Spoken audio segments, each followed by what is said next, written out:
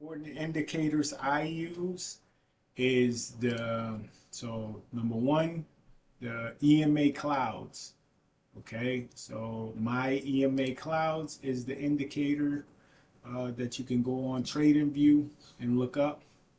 So we have the 5, 13, 8, 9, 20, 21, 34, 50, 180, 200 day moving averages. That's what those clouds represent. All right, so the EMA Cloud 1, right, is this the short and long term length, right? So the 5 and 13 day, right? EMA 2, 8 and 9 day, right? EMA 3, 20, 21 day. EMA 4, 34 and 50 day. EMA 5, the 180 day to 200 day exponential moving averages. So these clouds right here represent that exponential moving average price. So we are on the daily time frame, and these clouds are saying that,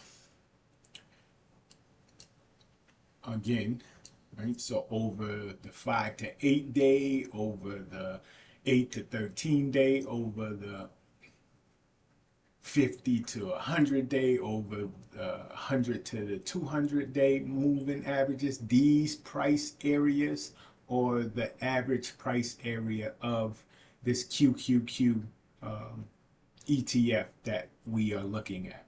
So QQQ, it has been above the exponential moving averages. Okay, anytime a stock price is above an exponential moving average, that means the stock is bullish. It is in the upward trend. Anytime a stock price is underneath an EMA moving average, then the stock is to be a bearish, down, okay, or going down. All right, so these EMAs, along with your resistance level and support levels, will help guide your decision on what possible direction the stock that you are looking at will go. Okay, so that's number one, the EMA. All right, so number two is the sessions, right? The sessions indicator helps you to see what happened on the Asia time frame, the London time frame, and the New York trading time frame. So as you should know, the market is open roughly 17, 18 hours a day. Our America trading time frame is from 9:30 a.m. to 4 p.m. And then after that is the London time frame.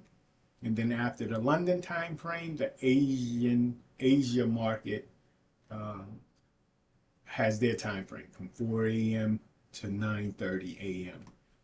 The London market, I believe, is from 4:30 to 7:30 or 8 p.m.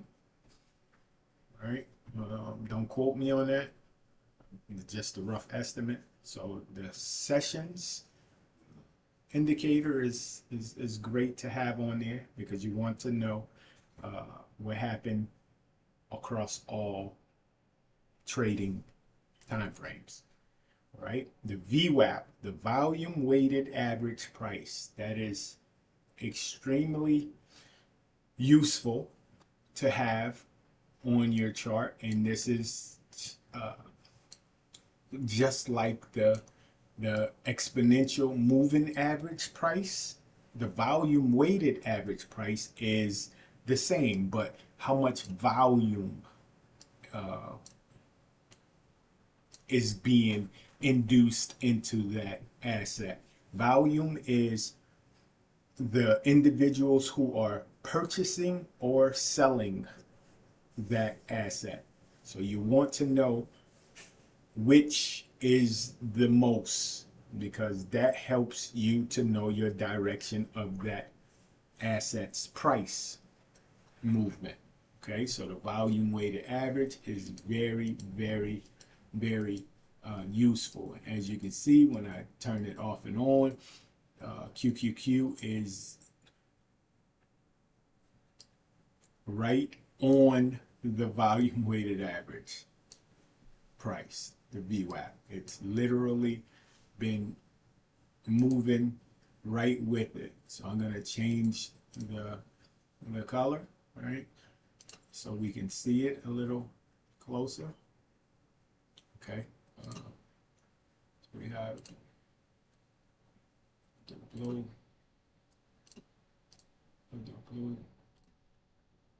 As you can see, volume weighted average price is blue, and QQQ has been riding right on it, and it shows the price of the volume weighted average right to the right, which is 571.32, and QQQ closed at 570.40. So QQQ price is under the volume weighted average price trend line. So that lets you know that QQQ looks to be in a downward trend until it can be back above the volume weighted average price. Okay.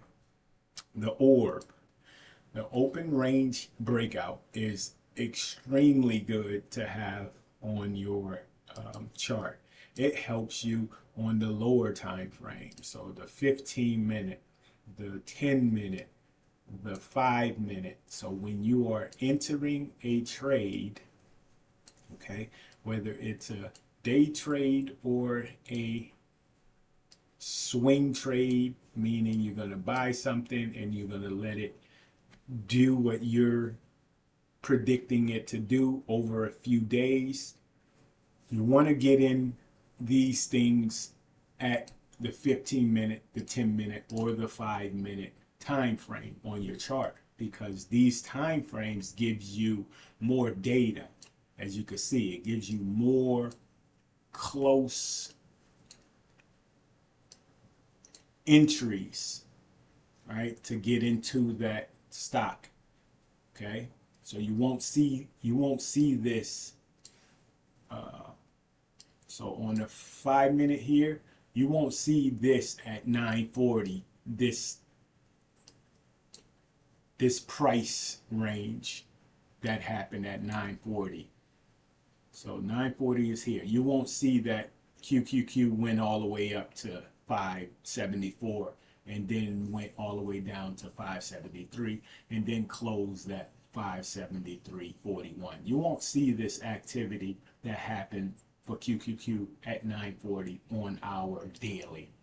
You won't see that because the daily is just one candlestick. As you can see, it's one candlestick. Okay, so the lower time frames in regards to the open range breakout, as you can see, they are the red lines at the bottom and the green lines at the top. That's your open range breakouts, and they help you they give you some confluence or some confidence of that asset that you're looking at, of what it's going to do for the day. Okay, is it going to be low for the day? Is it going to be high for the day? So as you can see, it makes the high for the day, initial high for the day, the first 15 minutes, and it makes the initial low for the day, first 15 minutes, right? So these three candles, it made the first high, which was here, that this first candle made, and then it makes the low, which is here, and then it makes that with these lines. You can change the lines to whatever. I just changed mine to the crosses, right? So you can, I guess, see it a little better. It's your discretion, right? But it gives you a cheat to know if the stock is going low, right?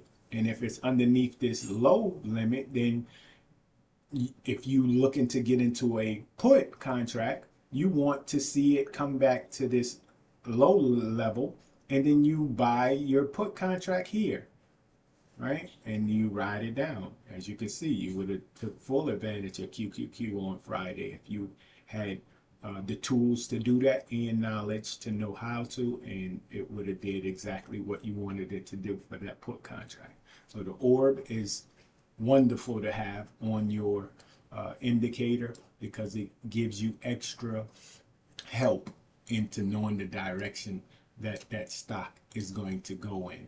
Okay, so as you see, it broke above here on Thursday, it went up a little bit, and then it came back down to it, and then it broke back below. So those extra things that you're gonna need, you have to learn those things too. You can't just go off the orb and think you're all set and you're good. Okay, that's just a little help. Okay, and then the volume, right? You want to know, see them bars that just left down there? So you want to know who is the winner inside of that asset's price movement, right? And if people are selling, you see this volume bar, which is the biggest volume bar.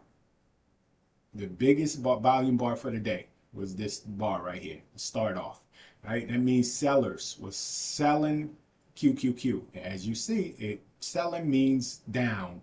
The price is gonna go down, right? These red bars are big. The green bars are not bigger than the red bars. So the volume says that the sellers are the winners of QQQ, which they were on Friday. People sold it and the price went down. Okay, when people buy, the price goes up. Okay, so that volume helps you to gauge the direction also of the stock price. Okay, so those are good indicators. And then your next two are going to be down here. The next two that I have is the MACD, the moving average convergence divergence indicator that helps you along with the volume and the selling and buying of that stock, right? So you see you have some volume bars, and then you have some indicator lines that's going up and then going down. These help you to know if the sellers are prominent in this stock or the buyers are pushing the price up. This helps you to get a gauge of what's the next probable price. Is it going to be up or down? And then the RSI, the relative strength index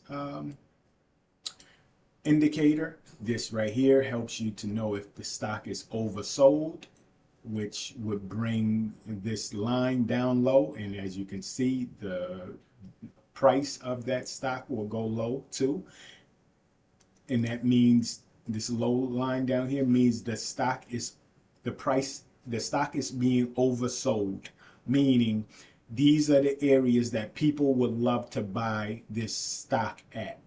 Okay, so expect it to come back up. As you can see, it started to come back up moving forward after going to this low level of oversold. All right, and then you get your top level, meaning the stock is overbought, meaning there's so many people buying that, okay, a lot of people need to start selling to take profit. And that's what happened. Okay. All right, so those are my 7 main indicators, okay, that I use. Very effective, very helpful. All right.